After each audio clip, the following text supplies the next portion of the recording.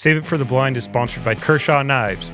Kershaw manufactures next-level pocket knives for outdoor enthusiasts. Save It for the Blind is now also being sponsored by Roseville Motorsports. Roseville Motorsports is the greater Sacramento area's premier destination for all your power sports vehicle needs.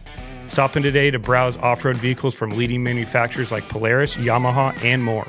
If you guys are enjoying the show, we'd love to hear from you and get your support. Please follow us on your favorite podcast platform. Give us a 5-star rating. Your reviews really help us grow and reach more people. Thank you for being a part of our community. That was rough. It's supposed to be in the 80s next week. So Yeah. What did you say? You guys were like in the 30s the day before you got back? Yeah. That's like a shock to your system.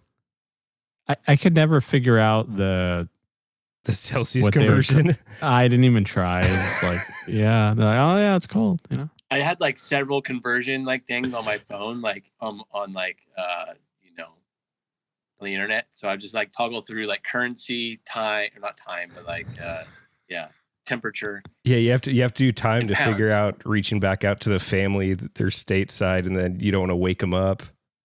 Yeah. We just figured if it's our afternoon, 4 or whatever, it's going to be 11 or whatever in the morning. So always a good time. Yeah, that makes sense. Yeah. Well, just wanted to welcome everybody back to another episode of Save for the Blind. Carson Odegaard, your normal co-host with Jeff Smith and a special guest, Colby Smith. They just got back last Saturday. Well, a couple Saturdays ago from when this episode will air, but got back from New Zealand and are going to share kind of the second half of the experience. We had Jeff on earlier talking about the first half when he was there in New Zealand. So we're going to kind of recap the second half and then both of their experiences and what they thought about it and how they felt it went. So welcome back to the States. Yeah, good to be back. It's a lot different going into, 90 to potentially 100-degree heat. Yeah, you guys were in winter. Yeah, I mean, and what's weird is I was, the last couple of days of our trip, I was really bundled up. We have breathable waders, obviously, but I was wearing more layers than I normally would wear out on a cold day out here.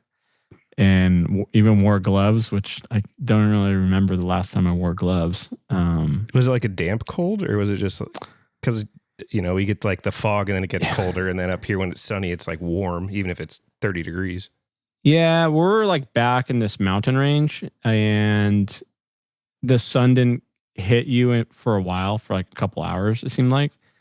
But it was really weird. I thought he called it a nor'western, but it was like the wind would shift very frequently and you would get these whiffs of really warm air and then it would be freezing cold. Interesting. Yeah. So that was our last couple days. But I mean, we weren't super far away from the ocean too. But it's not like it's a drier cold. It's not like a, rice field, foggy, bone chilling cold, but definitely wasn't used to the weather change. But I mean, most of the people that we hunt with, like they wear shorts under their waders and it's like not a big deal at all. So they just wear shorts year round. No matter what. Yeah. And it's like, the climate's really like, I'm going to compare it back to the Northeast zone, but like, it'd be like growing up there and a farmer is wearing shorts all year round. Like we were with a guy, I was like, do you wear shorts all the time? And he's like, yeah, mate. I was like, it's freezing cold outside, and they're working all the time. You know what I mean? Even when they're working. Yeah. It's physical labor. It's like, I don't really want to scrape my knee up on a bunch of rocks and stuff, but yeah, so interesting seeing anybody from like the timber industry to farmers just all like they'll get out of their log truck and just be shorts and like wool socks on and just it's a little different to see like especially from where we grew up. I've never thought about some of the New Zealand folks that we've hosted. I don't think I've ever noticed them wearing shorts all the time, but I've just never asked them about what they thought about our weather, in comparison, because it'll be interesting now when they send their next person out to see if notice them in shorts more. Because Jeff from 2 years ago, I don't feel like I noticed that a lot. I can't remember what the weather was like when he was out here, but it was January. Yeah, but I think he just wore like a Drake jacket, and then when it rained, a shell. So he was never like super bundled up. But it's like kind of half and half. Like some people, I think, are just short people, and then other people are wearing pants all the time. But like the rancher or the farmer wearing shorts, in the dead of winter is like, all right, good for you. Do you feel like you packed adequately enough for your clothing, or do you wish you would have brought something else? I didn't need anything else. I just wore some like a puffy or a little bit heavier stuff than I wore here, but I didn't think it was all that cold. Besides the wind, when it was getting windy, that was the only time. Yeah. No, I felt I packed everything. The first day that we hunted with Jeff on the North Island, it was so humid from the storm. I was like, wow, I way overpacked. And then by the end of the last trip, I had an extra layer on that I normally don't have, and I was glad that I brought those items. But I mean, the one thing that I wish I would have researched just a little bit was like buying a paradise shell duck call prior to going. And I'm not really sure why I did, because I could have bought one here for, $30-$40. But over there, it's like over $100, which, it's still not bad in American dollars. But that was just something I wish I would have researched a little bit more. Yeah, we'll get into that a little bit later. I want to kind of go back to where we left off the last episode. You were on the side of a hill. I think you were still on correct me if I'm wrong, the North Island at that point, and you were headed to the South Island. So I want to talk about like the days after we talked last and what kind of hunts you did. Yes, we were at a Gisborne, and that particular day we were up on this ranch trying to shoot pukekos, which is basically kind of like a larger coot that is purple in color, and they have a big shield like on the top of their forehead. Purple? They're actually purple. No, it's like purpley blue, right, Colb? Yeah, I mean, it looks black, right, when you look at it, but yeah, okay, yeah, and red and stuff. So it's pretty neat. And then so we were flying out in a day or two. So we went on one more paradise shell duck hunt in a cut cornfield next to a vineyard and basically some other, dairy ranches. And we had a really good afternoon hunt there. And most of the prairie hunts that we were on, like you just show up at 12:30 or 1 and kick the birds off the field. And then they all just come back within the next hour and a half. And so we just basically set up underneath the tree and had some, camo netting out in front of us. And we had a bunch of silhouettes. And basically they would circle or not circle and then come right into the silhouettes. And that was a pretty fun hunt. I enjoyed the paradise shell duck hunting over probably anything that we did. Is it common for them literally to come back to the same exact spot you bump them off of? Well, do they worry about like, oh, we bumped them and then they're going to go land? It's like you snow goose hunt. They go land 300 yards away and then they just pile in there. No, some of them were wanting to land in the middle of the field, and that's where they all were. But we were on a side of the field that there was no paradise shell duck sitting there, and we were, the decoys were 15 yards off the fence line. But kind of what we've experienced with talking to everyone there was like, yeah, you'll bump the Perrys off and then they decoy so well, they'll go work the decoy spread, even if that's not exactly where they were in the field. Of course, there's a few of them that will land out in the middle of the field, but by the time you get another pair or two to decoy, you shoot and it bumps those other ones off the field. So, That's interesting. And then the day after that, we were flying out, and then we went out with one of the guests. What's the flight time from the North Island to the South Island? It was an hour and a half. So we had to fly from where we were at in Gisborne, and then we had to fly north to Auckland, and then we had to fly then south. Oh, wow. to the second island. Yeah, so like the airport that we flew out of, very, very small. I mean, you check in, and the person checking the bags is also the person helping on the plane. And there's like no checking your luggage, nothing. You just show them your ticket. That's old school. Just get on the plane.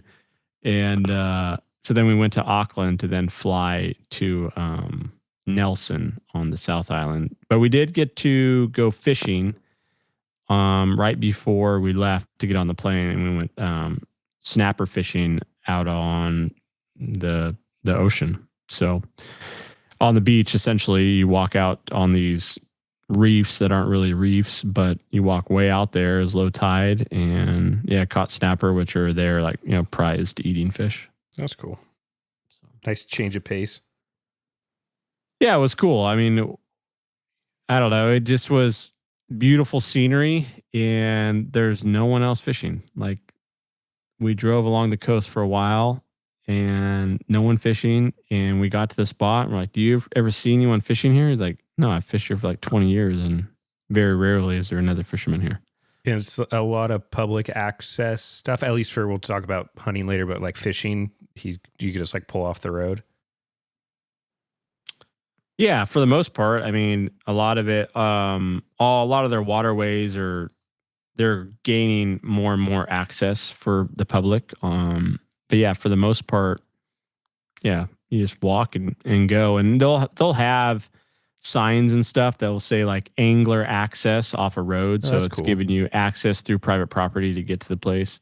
They also have that for some of their what we would call like a big game unit or wildlife area. Yeah. Same type of thing where it's like a corridor where the public can walk, and there's a parking lot, and it says, public access that someone can go up on a ridge or a mountaintop or whatever. But you do have to go, through some private property to get there. Gotcha. So you flew down to the South Island, and then how'd it happen after that?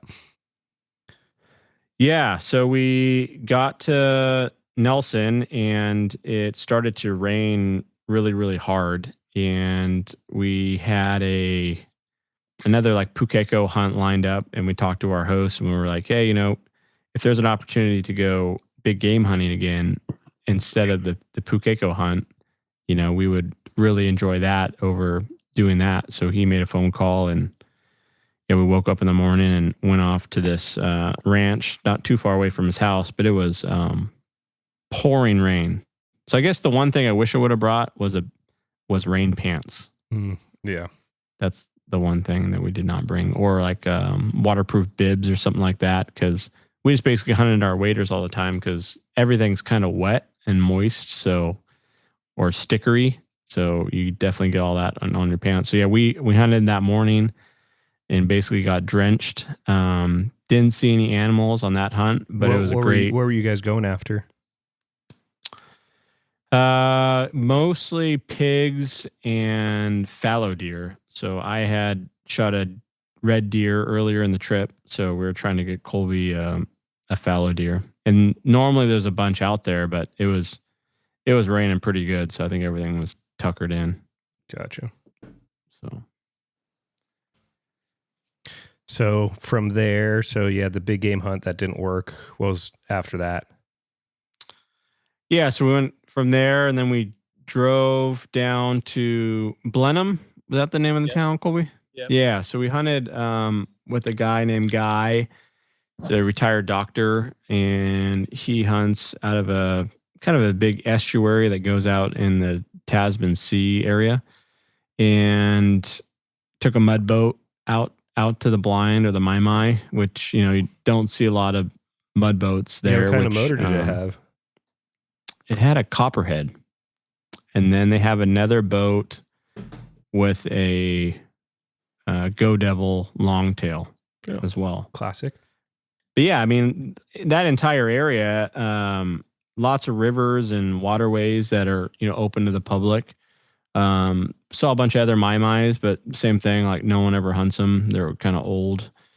But hunted there, and we shot their shoveler there. And we shot a few mallards, and but the coolest thing about that spot was there's a gray teal there that you cannot shoot, and it's bigger than our teal, and it kind of looks like almost like a mix between a gadwall and like a hen sprig ish, and they were just decoying in all day, like all the way till like 2:00 in the afternoon.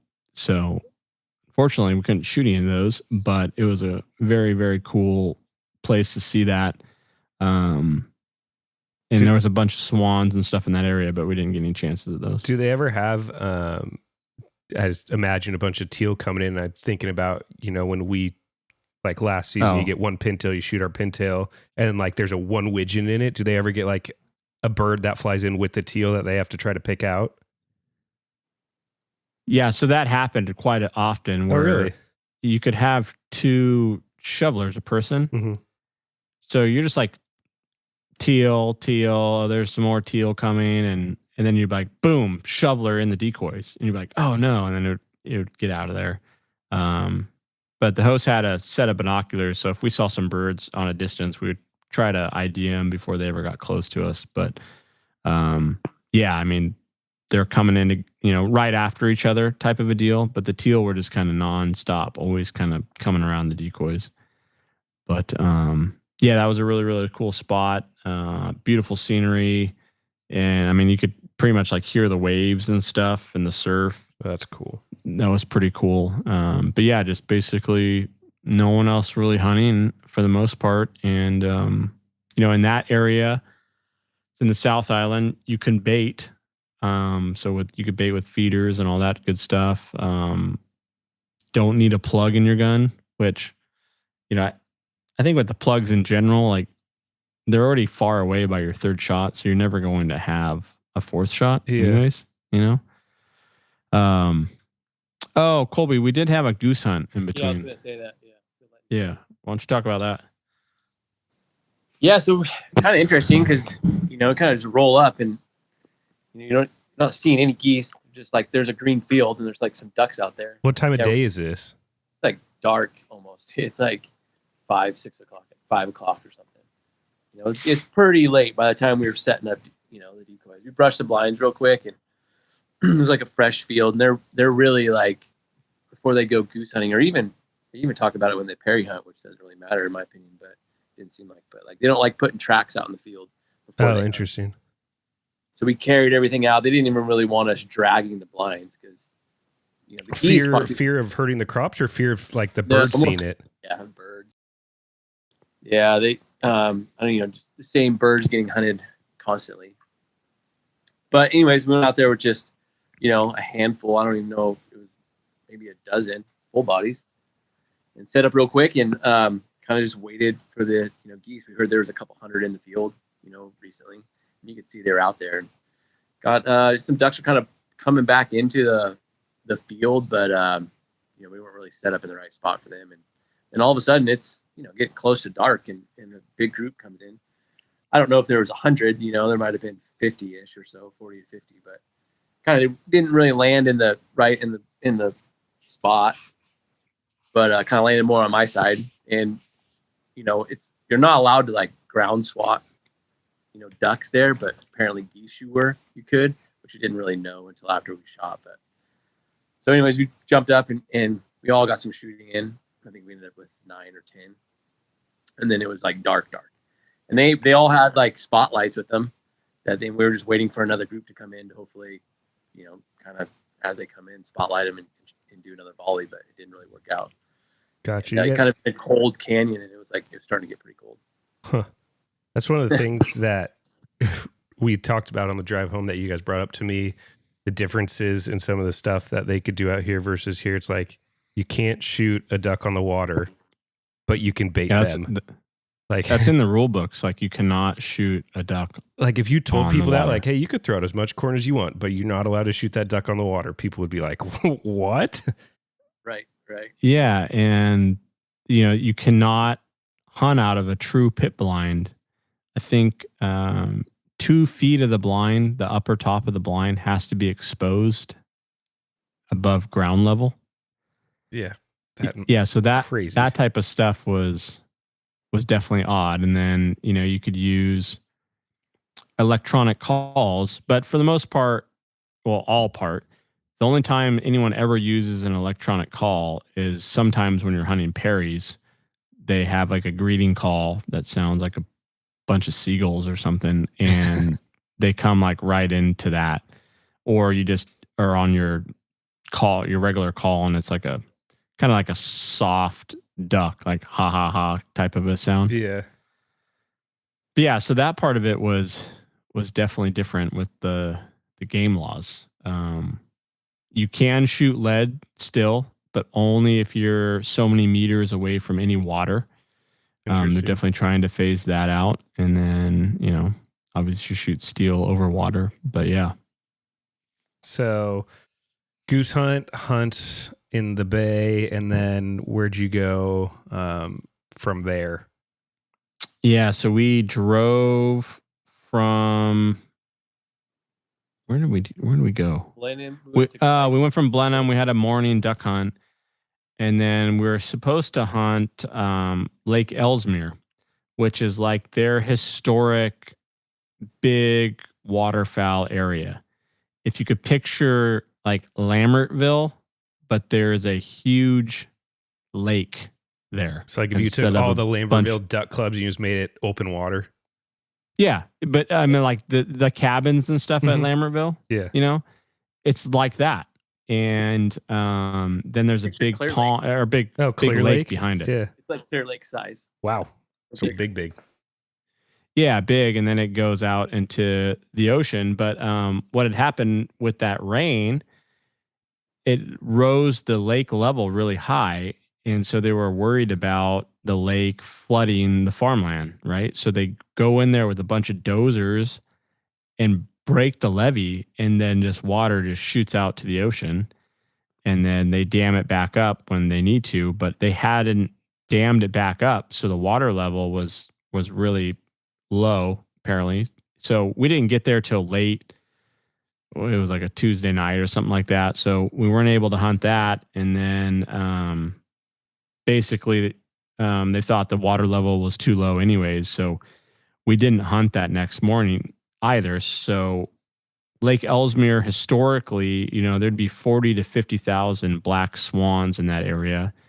But I forget how many years ago, 15 years ago or something like that, there was a big storm that basically, there used to be a clear lake, and now it's murky and muddy. And the swans eat this special type of vegetation that used to, you know, aquatic vegetation. And that storm basically wiped it out. Oh, wow. Yeah. And so now there's only like 5 or 10,000 swans there. So it used to be like this metropolis of waterfowl hunting and fishing and like a huge culture, like everyone vacation there. So now it's kind of on its downhill slide. You know, not a lot of people are living there and recreating like they once did. But you could still see like all the remnants of all the old blinds like way out there. But anyways, we went out there just to check it out, and there was like ducks and geese everywhere outside the parking lot. And this is like a public lake. Like if you were up there, you could just launch a boat and go hunt. Oh yeah. Yeah. And we're like, wow. You know, at that point, that was the most birds we had seen all trip in one spot. Because you just don't see very many birds just in general. Like you're not driving around and like, oh wow, there's a paddock with 1,000 ducks on it. Like there's not a lot of that going on. So yeah, we looked at that. Super cool. We were kind of like, you know, it was like a ducky day. It was kind of windy, and we're like, oh man, it would have been nice to get out. But we were traveling further south after that. So we went home, packed up all of our stuff, and then we were on the road again. And we hunted from there, more like the picturesque, like what you think New Zealand looks like with the high peaks and the Lord of the Rings area and all that. So we went down into that country, and we hunted right off of the Pacific Ocean in like a little tidal pond, and a lot of mallards around, you know, but they just wouldn't finish, and they're kind of acting finicky. And we shot a few, and then the very next day we went up to, you know, basically those highland peaks and hunted in a valley with like a braided river.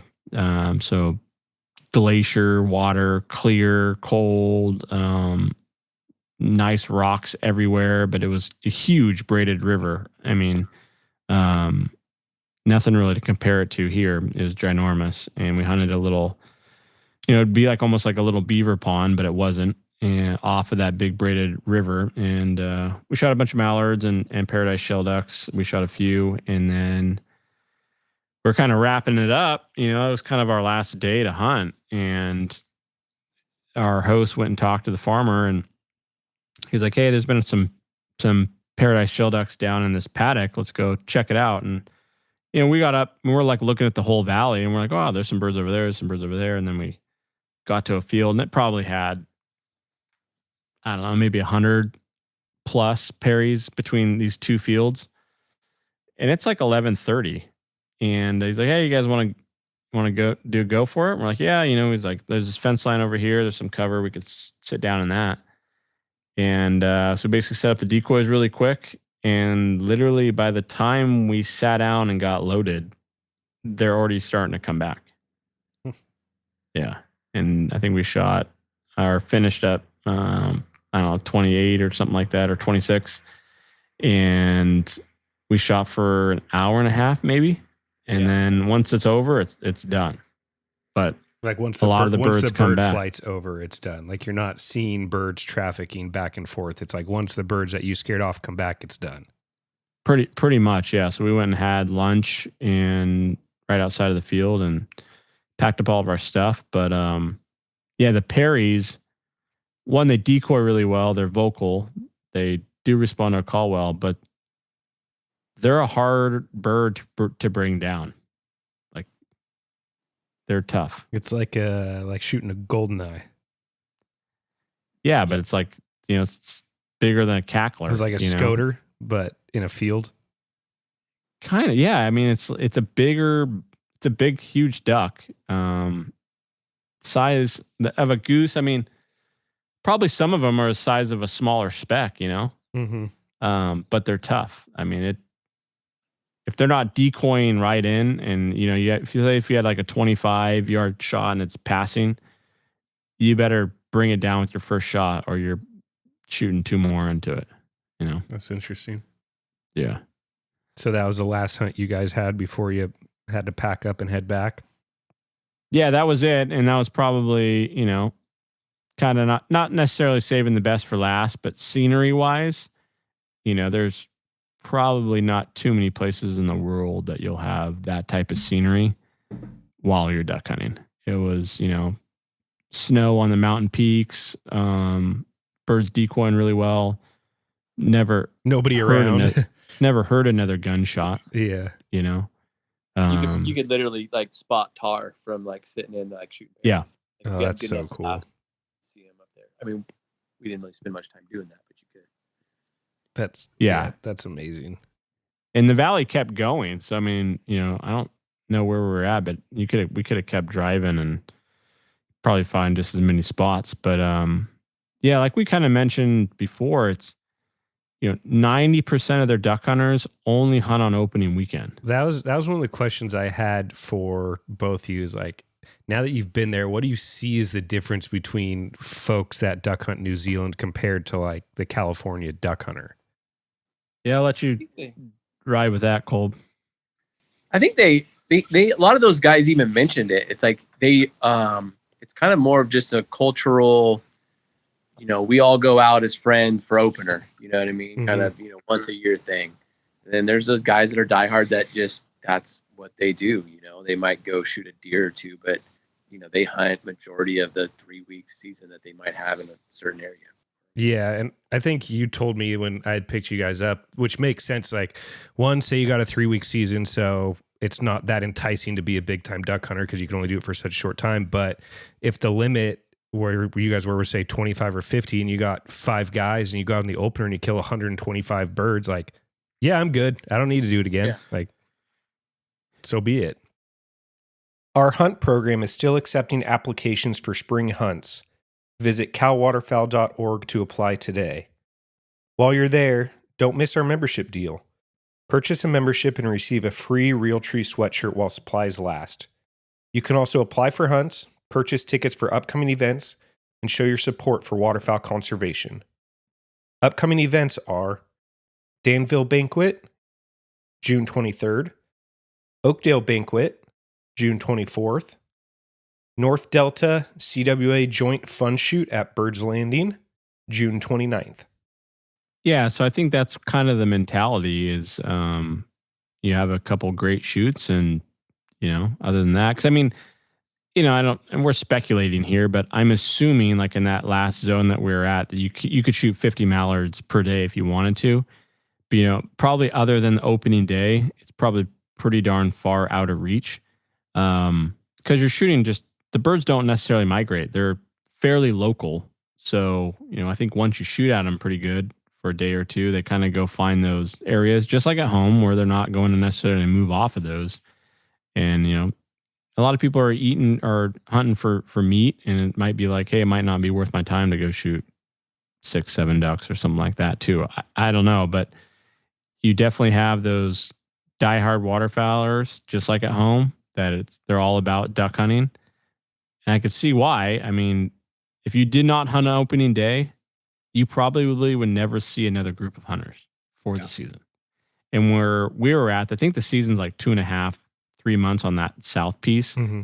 But yeah, like where we started with Jeff, it's like 4 weeks or 3 weeks or whatever it is. I mean, super short. But yeah, I mean, pretty wild. I mean, I like going into it.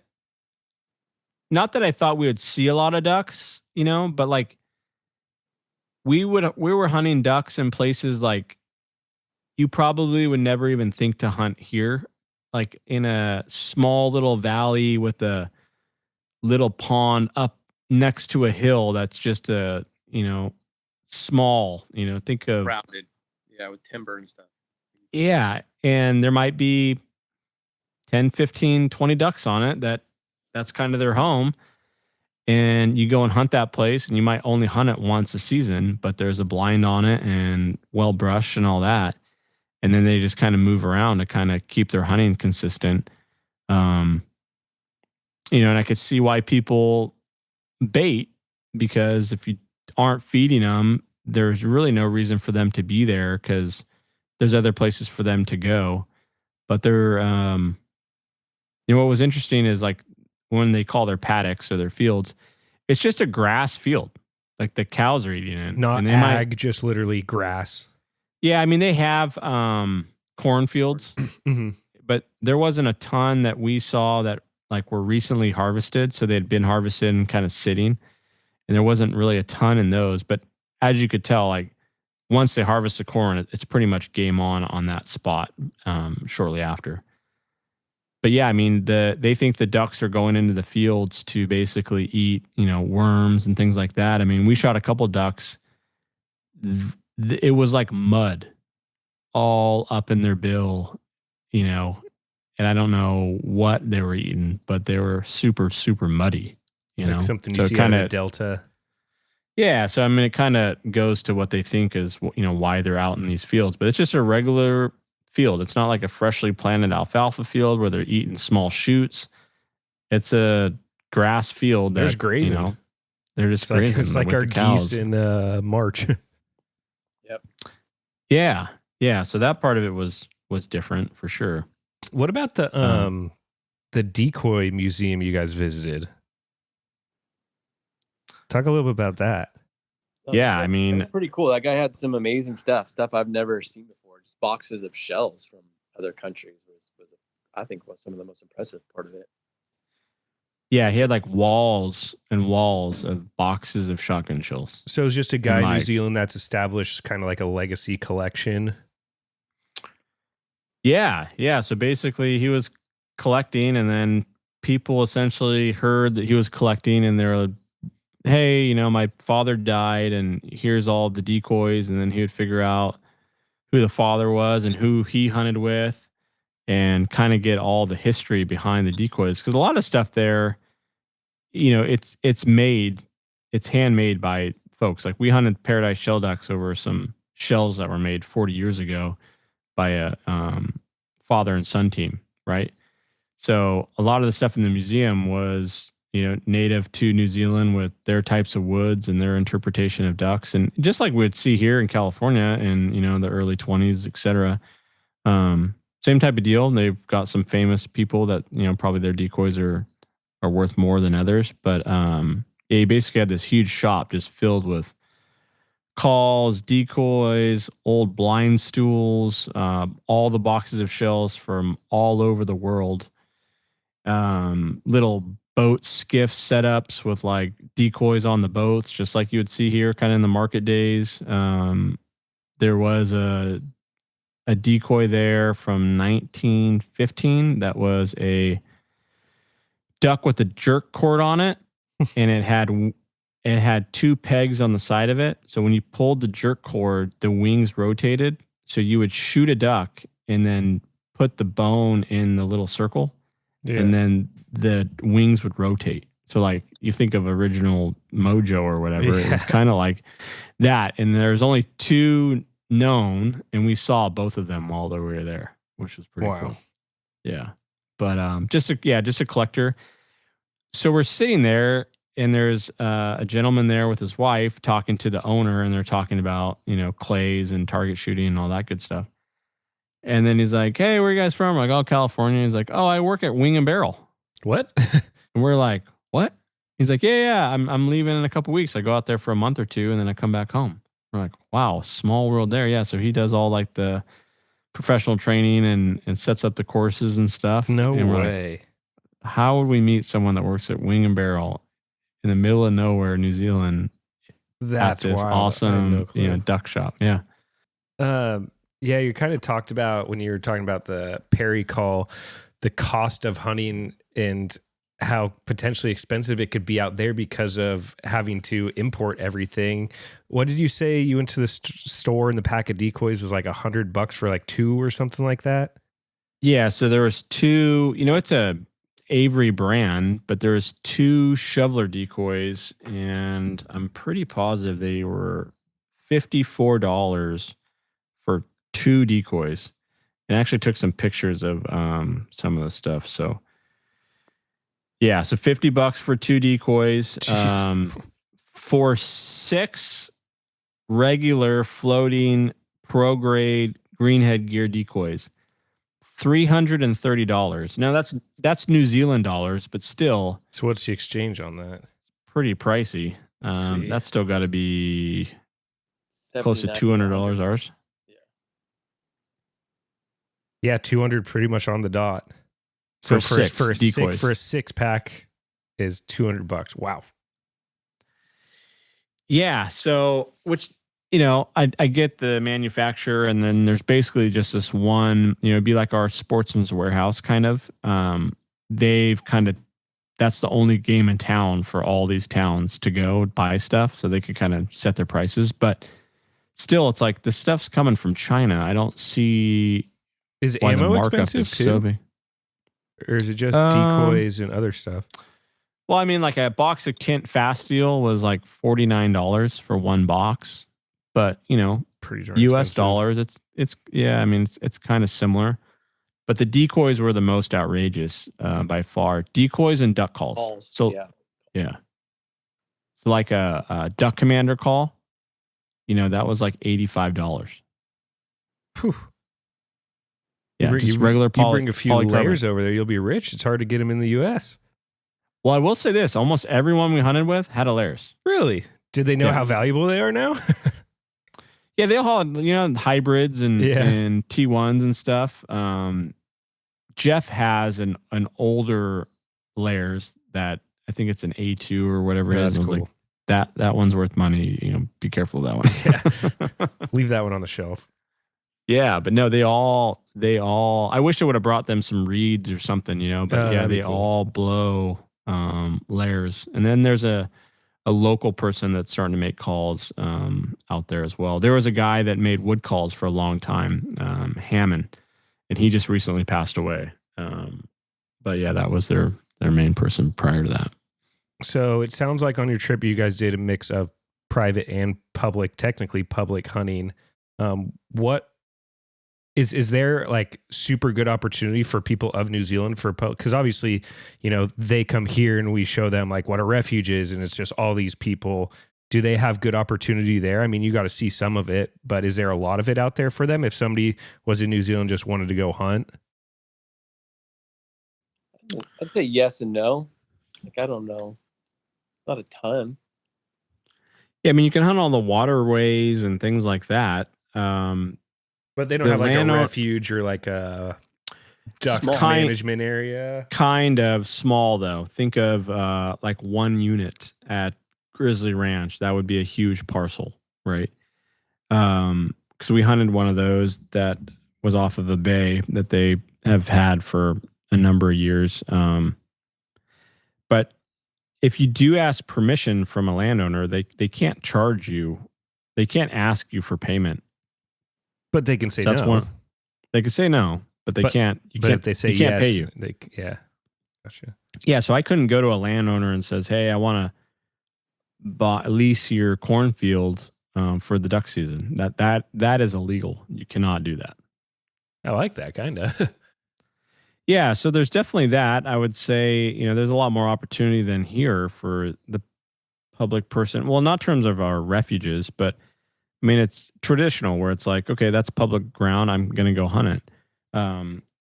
Something that they do have. So like when Colby and I, when we bought our license, it comes with your license card.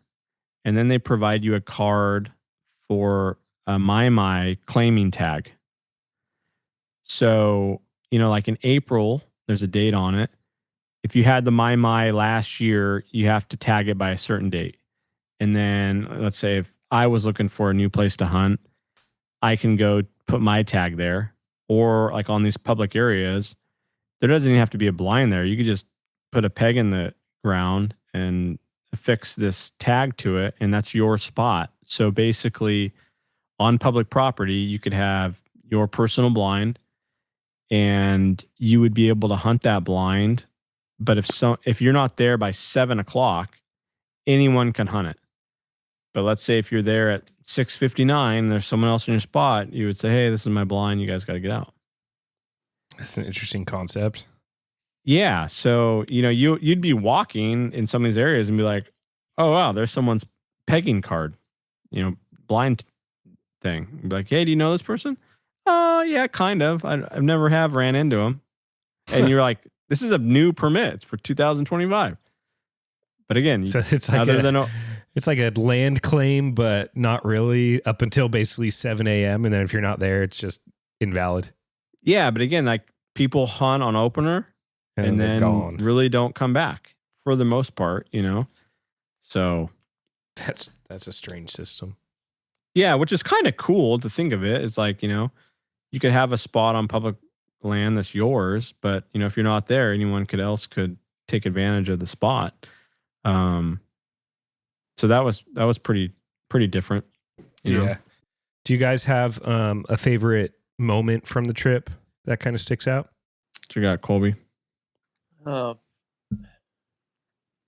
Besides eating all the delicious pies, I would say probably the first like actual Perry hunt that we did, like in the field, like in the grass field, was probably my favorite part, just because it was a perfect day, green field, like kind of on this hill that had water on the backside. So you would shoot and they would get other birds up, and it was just more like nonstop. You were just kind of like in an area. Yeah. And that was pretty fun. Yeah, that was good. That was, we're in layout blinds and they're all brushed well, and the Perrys were like landing on you. And it was just so quick, so that was a good time. Man, we had some really good hunts with Jeff at his place. So that was kind of cool to see his spot and his blind and everything. It's an awesome place. He has his house, and then you literally walk out the back, and he's got a couple different ponds back there. He's got basically a 3-story My, where it's like in the morning you could hunt down by the water, and he's got some little stands there. Then you go up to the main level, which is in the middle, which has, bunk beds and camping stove and all that good stuff. And then if the birds aren't working real well, you just walk up and there's a ladder and you get up on the roof as the top deck. That's awesome. Yeah, so that was pretty cool. But yeah, he definitely had the best blind out of the whole place we've ever hunted. It was everything that you need. It was there. Like you could hunt all day because everything's there. Like you don't need anything else. Yeah. But yeah, I don't know. I mean, God, there's so many really, really good memories, but overall, the Paradise shell duck hunting was my favorite. They just decoy so well. They're a beautiful bird. They're a big bird, vocal. But yeah, you don't need a lot of stuff. I mean, we're hunting over like 24 silhouettes, and they're just bombing it. Not trailers full of snow goose decoys. No, like Colby said. I mean, we hunted for Canada geese. I think we had maybe 12 honkers and a couple Perry decoys out. And that was it. I'm all for that. Yeah. So, is there anything that you didn't get to do, or anything that you would change about the trip that like you're already thinking of, like, oh, if I were to go back next time, like I want to do this, or I want to do this again? Or when it came to waterfowl hunting, I would say no. I didn't really have like big expectations. I didn't watch like a bunch of videos to kind of see how they did it. I just went in with like kind of blind, to kind of get the full experience. So yeah, I think when it came to waterfowl hunting, I got what I wanted. Felt pretty good. Yeah, it's kind of the same. Just no expectations. Knowing that it would be a little bit different than how we do things over here and what you see. But yeah, on the waterfowl front, if I ever went back, I mean, people are like us, like they want to shoot mallards or mallards or mallies or Raylard. That's what they want to shoot. But for me, I could have just shot Paradise shell ducks every day and hunted those, because you're hunting out of fields, which I love. They decoy, they're vocal, etc. Because it was hard for me because the mallards are so. I'm not going to say, they just look different than ours, right? It looks like an early season mallard. Like even though it might nasty be an old ones you shoot in the Northeast zone on like the opener, you're trying to figure out if it's a drake or a hen. Yeah, so there's a lot more of those. Like we shot a couple nice drakes, but like even the bird in hand, there's a lot of little just cosmetic stuff that's a little bit different than our mallards, which it doesn't feel like it's a mallard, if that makes sense. Their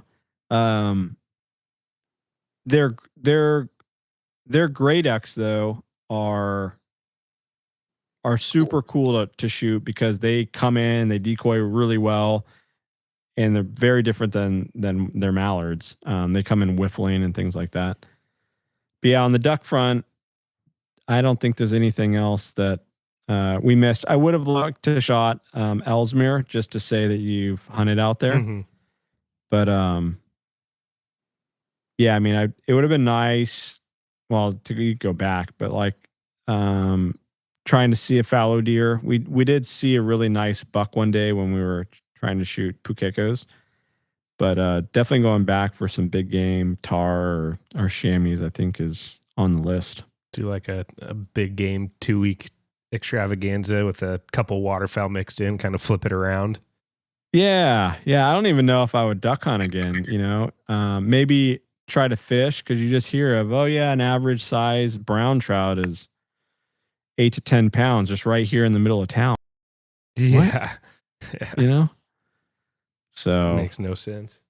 No, but even the ocean fishing. Goose hunting would be cool again, though. Like really getting into those things. Like the Canada goose, doing a little more. Can shoot. Yeah, there's no limit on Canada geese. So they're a pest. So there's no limit. You can shoot them 24/7. Did you guys just never have an opportunity? Like I know you had the one goose hunt, but you just never were in the right spot with them. Yeah, we just never really saw a whole lot. The last day we were there, we saw like a couple different groups, but yeah, there was never like a field where, I mean, if we saw 100 of them, combined, I'd be shocked. Oh, interesting. Yeah. But you talk to guys like that will hunt out in a freshly cut cornfield and, it's game on. But yeah, we didn't see any of that stuff kind of where we were at. And so it just, didn't really happen. But I could see where that would be pretty awesome. You get the right field and it's just, they keep coming. Oh, yeah.